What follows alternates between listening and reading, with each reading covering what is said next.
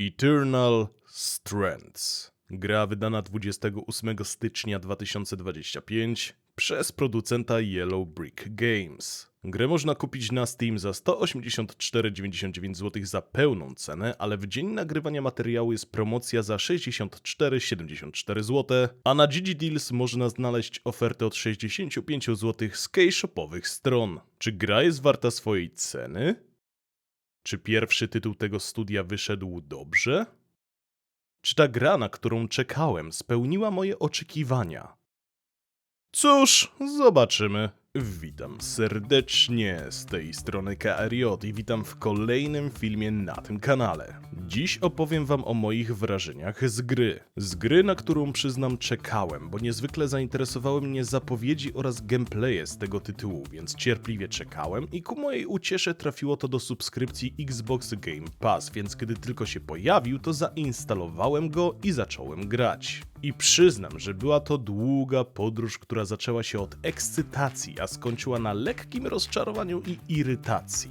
Na początek jednak opowiedzmy sobie coś o tej grze. Eternal Strengths to gra, w której wcielamy się w bohaterkę Brynn, która należy do grupy, bractwa czy jakkolwiek to nazwać, która zwie się tkaczami. Ich zadaniem jest odnalezienie i odzyskanie ojczyzny jej ludu. Do pomocy mamy towarzyszy, którzy niestety nie mogą bezpośrednio przy nas być w trakcie walk, ale pomagają nam informacjami i w obozie na przykład przechowują nasze rzeczy, ulepszają naszą magię czy tworzą ekwipunek. Naszym zadaniem jest ogólnie odkrywanie tejże stolicy, zwiedzanie, walki z potworami oraz ogromnymi strażnikami i poznawanie historii tego miejsca, a jest co zwiedzać. Ogólnie mamy tu kilka rejonów, które możemy zwiedzać i nie zauważyłem tu jakichś znajdziek typu pióra jak w Assassin's Creed czy serii jak w Serwupasie. Za to na każdym regionie znajdziemy ukryte schematy zbroi i broni, dzięki którym możemy tworzyć różne zbroje pod względem ciężkości czy statystyk oraz bronie, które różnią się chociażby specjalną umiejętnością.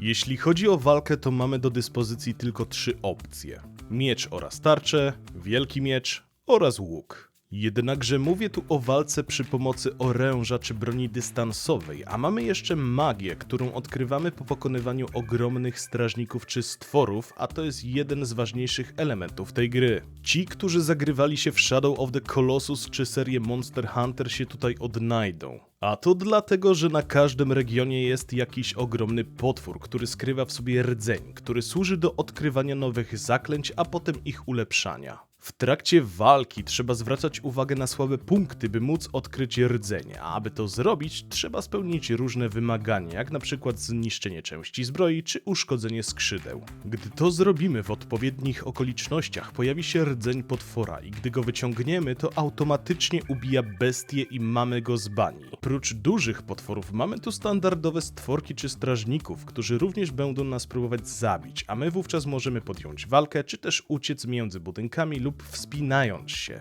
I to jest kolejny element, za który uwielbiam twórców, ale i tę grę, bo lubię możliwości wspinania się w grach i tutaj możemy to robić nie tylko na potworach, ale i po budynkach czy górach. Oczywiście mamy system wytrzymałości, przez co musimy uważać, gdy wspinamy się naprawdę długo, bo możemy nie wytrzymać i skończyć jak naleśnik na ziemi. To, co mi się ogromnie też podoba, to tworzenie elementów zbroi oraz broni, ale nie wygląda to tak, że dostarczamy na przykład drewno, żelazo i coś jeszcze i mamy miecz. Możemy przynosić różne typy minerałów, różne typy drewna czy łączeń, przez co miecze stają się silniejsze, bo mamy możliwość stworzenia miecza z żelaza, a potem ulepszamy go wymieniając żelazo na lepszy minerał, przez co statystyki rosną, co jest zajebiste, bo nie trzeba tworzyć broni wiele razy, tylko wymieniamy po prostu wcześniejszy surowiec, który wykorzystaliśmy.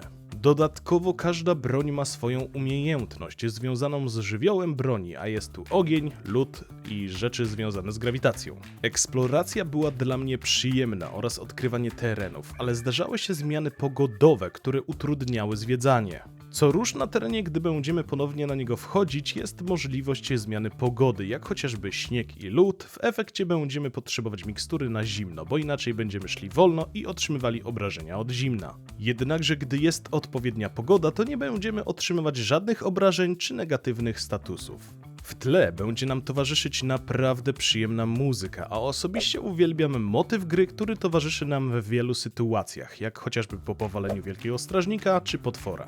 Muzyka tutaj to naprawdę arcydzieło. No dobrze, zachwalam ten tytuł, ale czy są jakieś minusy tutaj? I niestety z przykrością muszę stwierdzić, że tak jak na początku miałem zachwyt, to pod koniec już było lekkie znużenie i frustracja. Dlaczego? Po pierwsze, niestety dialogi momentami są cholernie długie i niesamowicie nudne. W sensie, same cutscenki czy scenki luźnych rozmów są dla mnie spoko, ale czasami były one do bólu usypiające i je przyklikiwałem, a pod koniec to już w ogóle miałem dość. Po drugie, misje poboczne również czasami się nie starają, by być bardziej wymagające czy zachęcające, by je robić. Staram się je wykonywać, bo jednak coś z nich mam oraz odkrywam jakieś nowe wątki. Tutaj jednak były one durne momentami, a to dlatego, że w ciągu jednej misji w ciągu 10-15 minut musiałem teleportować się co róż na inny rejon, dotrzeć do miejsca, by znaleźć jakieś dokumenty i lecieć do kolejnych miejsc, co sprawiało, że mi się spać chciało, bo było to kompletnie nieangażujące czy zachęcające do dalszego robienia tych zadań.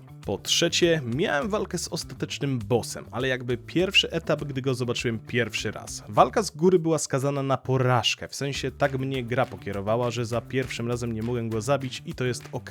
Problem w tym, że będąc nauczonym sposobu walki z wielkimi potworami, czyli wchodzenie na niego, niszczenie elementów ciała czy zbroi, powinny sprawić, że jakoś go pokonam. Tymczasem ja robię swoje, a on nie traci w ogóle życia. Po czym okazuje się, że wystarczyło mu strzelić 2-3 razy w dłoń, gdy przywoływał pocisk i to wywołało scenkę przerwnikową. No cholera jasna, a ja z 30 minut się z nim bawiłem. Całość gry jest dla mnie naprawdę ciekawa i dobra, zwłaszcza, że to pierwsza gra od tego studia, ale trzeba by popracować nad kilkoma rzeczami, jak chociażby dialogi, bo bywają przydługawe i nudne niestety. Na pierwszy ich projekt to i tak gra wyszła nieźle i jestem ciekaw, co dalej szykują. Okej, przejdźmy do małego podsumowania. Technicznie. Nie zauważyłem spadków FPS-ów czy nie miałem crasha, ale drobne błędy jak zacięcie się gdzieś lub durna sztuczna inteligencja, bo widziałem jak jeden łucznik sam wbiegł w przepaść. Także parę rzeczy do poprawki, ale ogólnie jest dobrze. Audio. Ogromny plus za to, bo muzyka w tej grze naprawdę mi się podobała i była dla mnie cudowna, zwłaszcza w trakcie walk z olbrzymami, wówczas naprawdę wczuwałem się w te walki. Gameplay. Grało mi się naprawdę przyjemnie i miałem ochotę zwiedzać świat, odkrywać elementy zbroi, tworzyć nowe rzeczy, odkrywać historię tego miejsca, jednakże misje poboczne oraz dialogi momentami mnie bardzo mocno zniechęcały, więc pewne rzeczy też by się przydało tu poprawić. Grafika.